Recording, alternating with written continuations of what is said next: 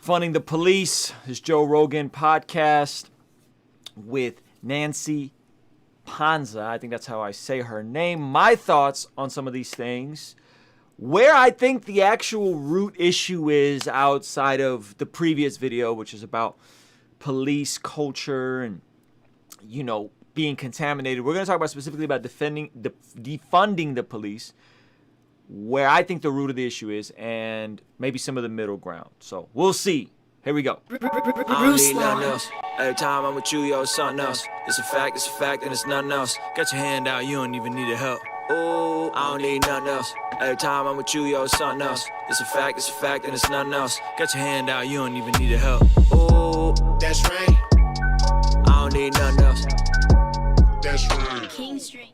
What's going on? It's Ruslan with King'sDreamENT.com. This channel exists to encourage, empower, inspire you to live God's dream for your life. That looks all kinds of different ways, but it's home for the outlier, those who defy the odds, the politically agnostic, to better understand each other, problems in the world, what our contributions could be, and how to ultimately experience God's best for your life, for your relationships with your friends, those people you may disagree with, so on and so forth. So, defunding the police, it's been highly politicized. Everybody's talking about it. We're going to get into it right here. But before I get into that, if you're watching this live, even if you're watching a replay, but specifically if you're watching this live, give this video a quick thumbs up. Let me know where you're watching this from. Make sure you subscribe, turn the notification button on. It's my second time going live today. I want to make sure that you guys can catch them and come hang with me live, man, because they're a lot of fun. I'm going to be doing a lot more videos. And also, big shout out to all the people now finally listening to on Anchor and the podcast app. Glad you guys are there. You guys could go listen to the audio of these if you want to. I'm dropping them daily, all that good stuff. Now, my name is Ruslan. I am a hip-hop artist, creative entrepreneur.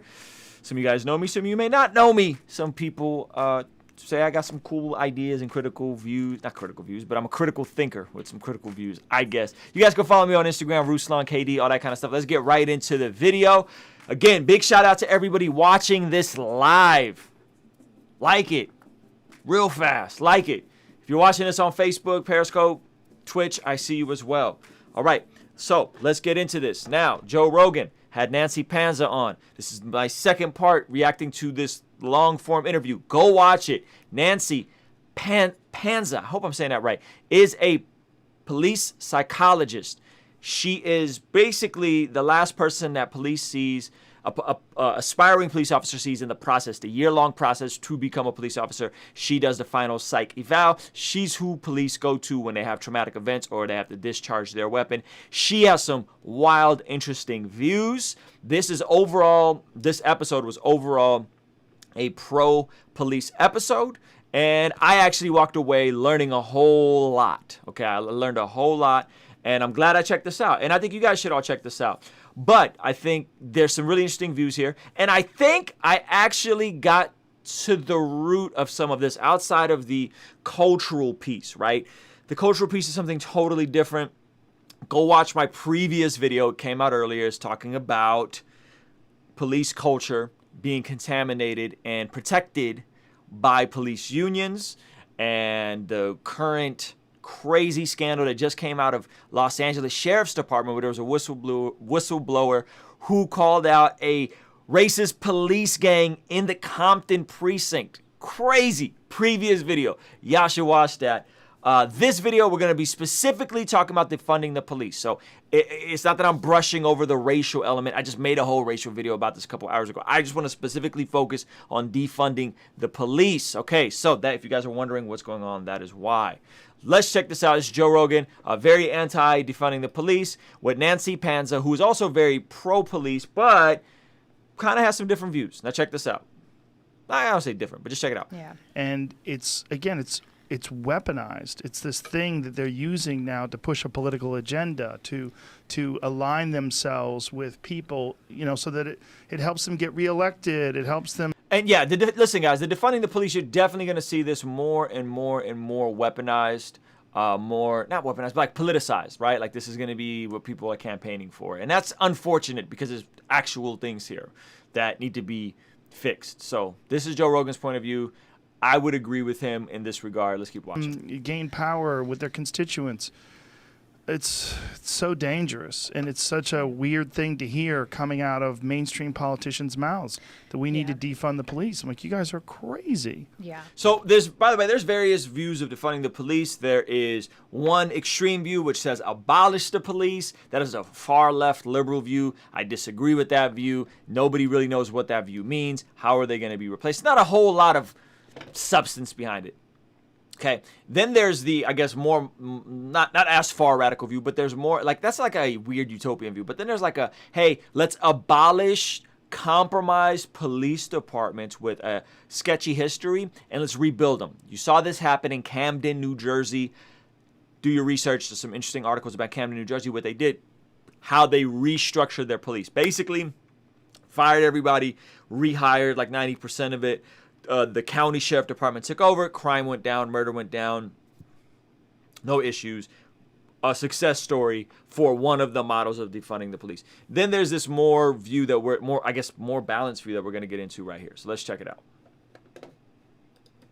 I mean, when people talk about defunding along the lines of take some of that money and put it into communities, like that piece of it could be, if done well, beneficial. So she says, hey, but there are people who are saying, you know, quote unquote, defunding the police. Take some of the money from the budgets.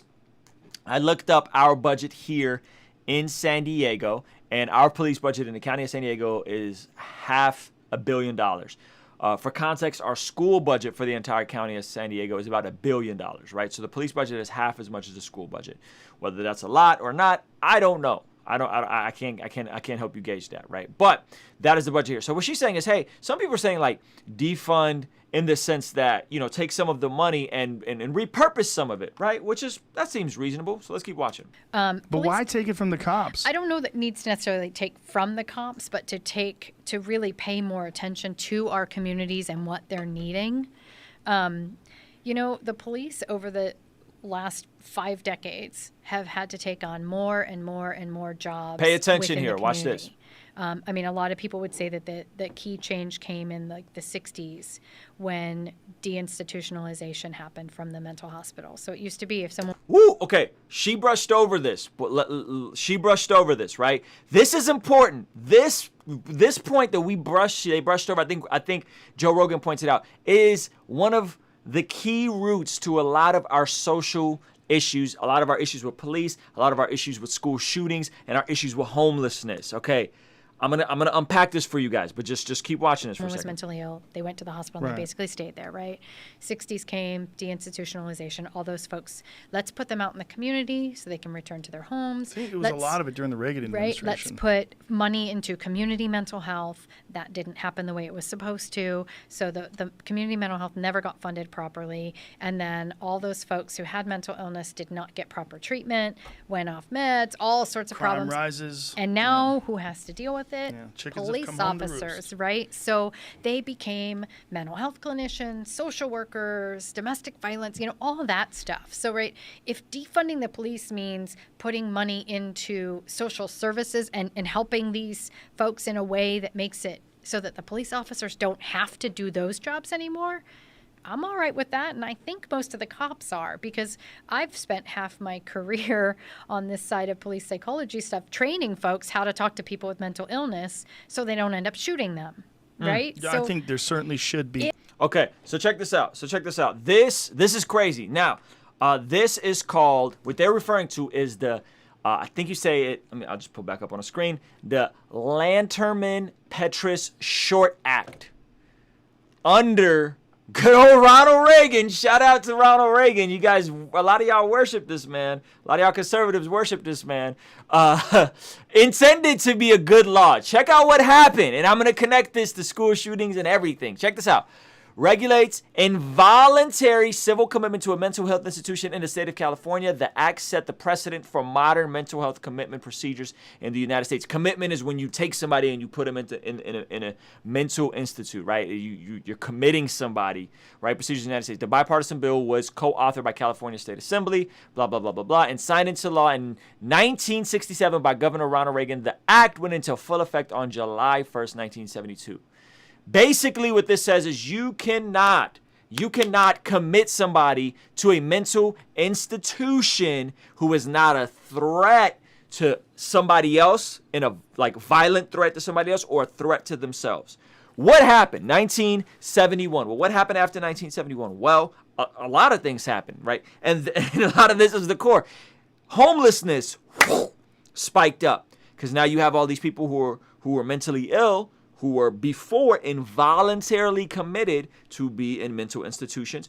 We said, as people, we decided, hey, that's not right. That's not humane, right? Which I would agree with. This solution didn't work. You can't involuntarily mandate somebody to be in a mental health institution. They have to, if they're not a threat to themselves or a violent threat to somebody else, they have to willfully decide to go into a mental health institution, which most people who have mental health issues don't want to go to institutions, right? So, boom, homelessness. Look at the rise of homelessness, right? Our economy grew, yet homelessness grew. How? Well, because these people who are mentally ill couldn't just get forced to go into mental institutions. So homelessness, boom, explodes, right? What else exploded after the early 70s? Mass shootings. Right? I remember when I first moved to America in the early 90s, the phrase that was used a lot was going postal. Going postal was a lot of people who worked in these high stress environments who had some inkling of mental issues could get triggered and go postal. Mass shootings happen, right? School shootings started happening, right?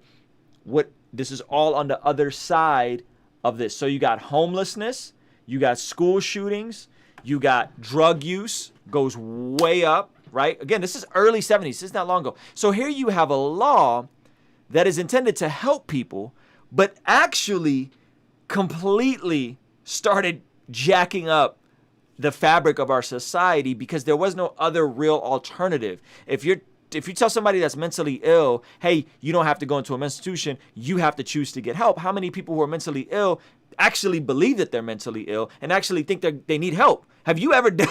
I've tried to get family members into institutions to get help. I've tried to get family members to try medicine, right? I'm not talking like they're depressed. No, I'm talking like serious mental illness stuff. And they refuse to do it. The issue is most mentally ill people don't know or believe that they're mentally ill. It's a wild, crazy cycle. And some of them can function to certain degrees and are completely peaceful, and other ones could completely snap. So what happened? So now you got homelessness went up, school shootings went up. Police now have to play the role of mental health mediator, how to speak to these people, right? This is a lot of this stuff started going and becoming very problematic. Now, I looked up some statistics. This is from mentalillnesspolicy.org. Check it out. Out of the police calls that they get, that are coming in, 84% of the law enforcement respondents said there's been an increase in mentally ill population over the length of their career. 84% said there's been an increase, right? 63% of respondents reported the amount of time that their department spends on calls for service involving individuals with mental illness increased.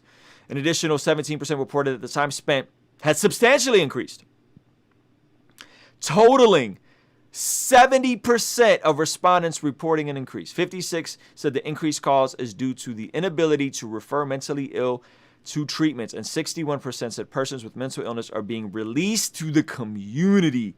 Ugh. I tried to find more stats about it. I couldn't. I read somewhere that upwards of 90% of the calls that are coming into police are dealing with mental health crisis, mental health related issues, homelessness. That is a lot.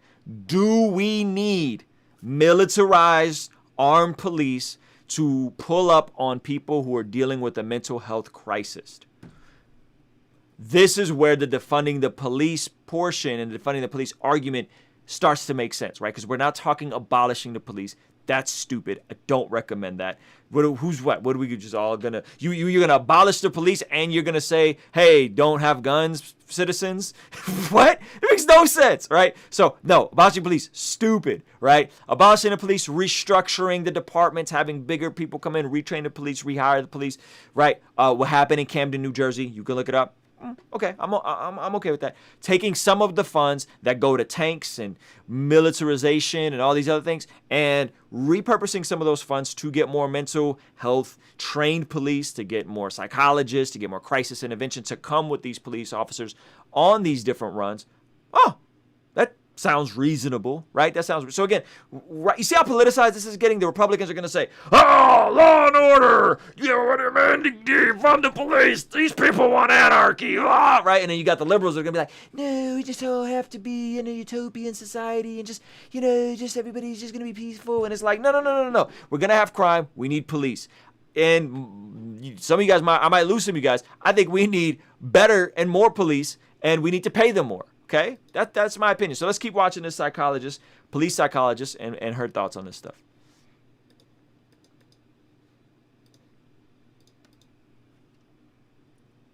Cops that are designated to deal with those specific type of situations. People have found amazing ways around it to work on it. We've developed what we call crisis intervention teams. This came out of the 80s in Memphis, that, this CIT thing where we have cops and clinicians that go out together. But I don't know any clinician that wants to do that by themselves. So if they have cops and clinicians going out together. Oh. So if upwards of 90% of police calls, potentially, I haven't dug into the numbers, but let's just be conservative. Let's say 50% of calls into police that are coming in are mental health related issues. And we're saying, hey, you know what? We're going to send police with clinicians, trained clinicians, to go out there together.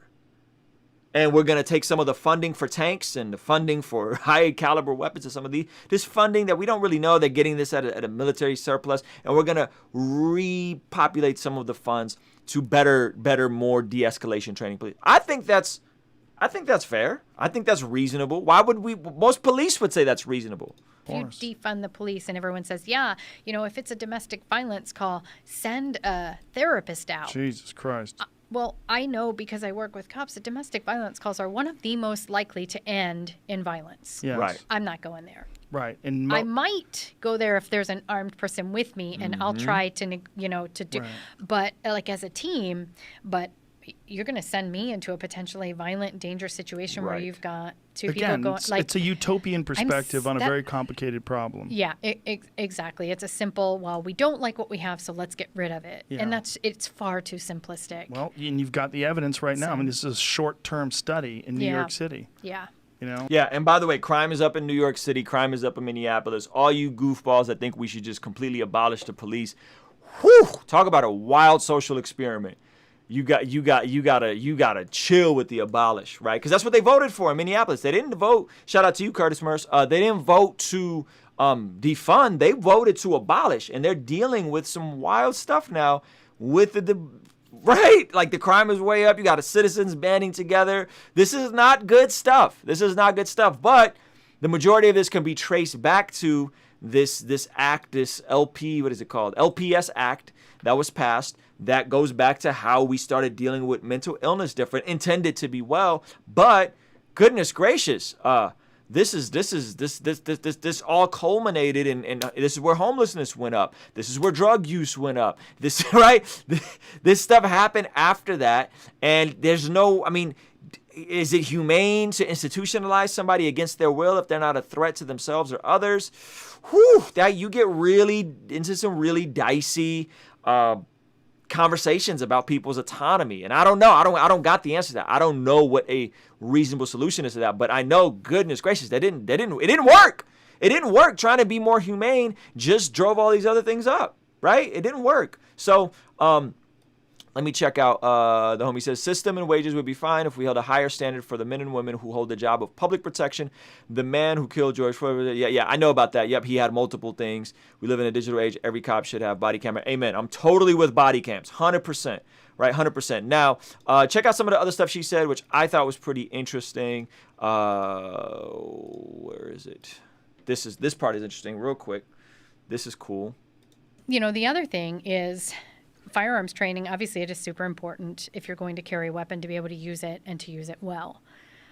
But it's also not something that you're going to encounter on a regular basis on the job. There are officers who go through their entire career without ever pulling a weapon. Well, that's great. Right? That is great. And when you do, it should be few and far between, because there are other ways to manage situations.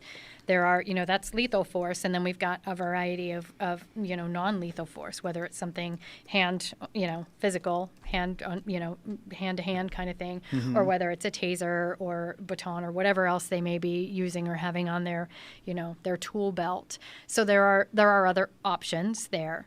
So hopefully, that the continuum is set from verbal de-escalation, communication. When that doesn't work and it's still a danger, then there are certain criteria, and obviously officers are taught their continuum of force and what needs to be necessary to move up that level, with deadly force, or lethal force being the highest. So it's so rare that, to me, there's so. So just so you guys know, there are a lot of police officers that never discharge their weapon. So this isn't as common as we think it is, right? And again, to point to some of these statistics, it's not that common. But when it happens, it's an overshoot, right? When an unjust shooting happens, it's an overflow of some of these systems of structure. She's saying that this should be the last escalation of it, right?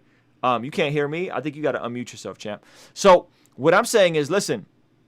We have to approach this holistically. Right? We have to approach this holistically. We have to say, look, there's a wide spectrum of problems, and sending psychologists and clinicians to go with police to help de-escalate, training them more in de-escalation training, all of these things.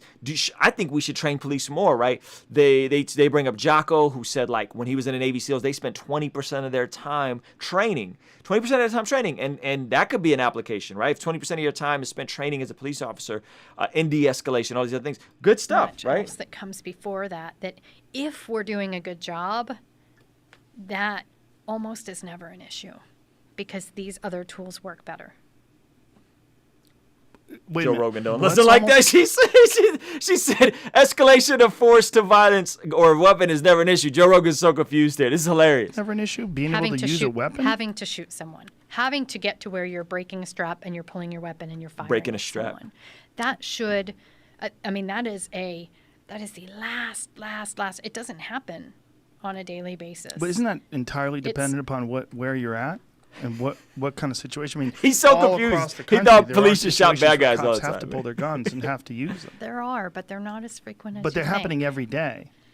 Probably somewhere. There's 300 million police interactions every day. There's a million police interactions. 300 million police interactions a year. 1 million interactions a day. We'll just round it up, right? Yes, somewhere somebody is pulling out a gun. Every day, but Yes, not every but- day in every officer's life. Right. But if it's Right. you, If it's you, if you you're need that to know. officer, you got to be ready. Yes. This idea Yes. that's not important. It should be of critical importance. Not that it's not important, but that there are so many other things that need to also be in place. Yes. Because if these other skills are in place, Right.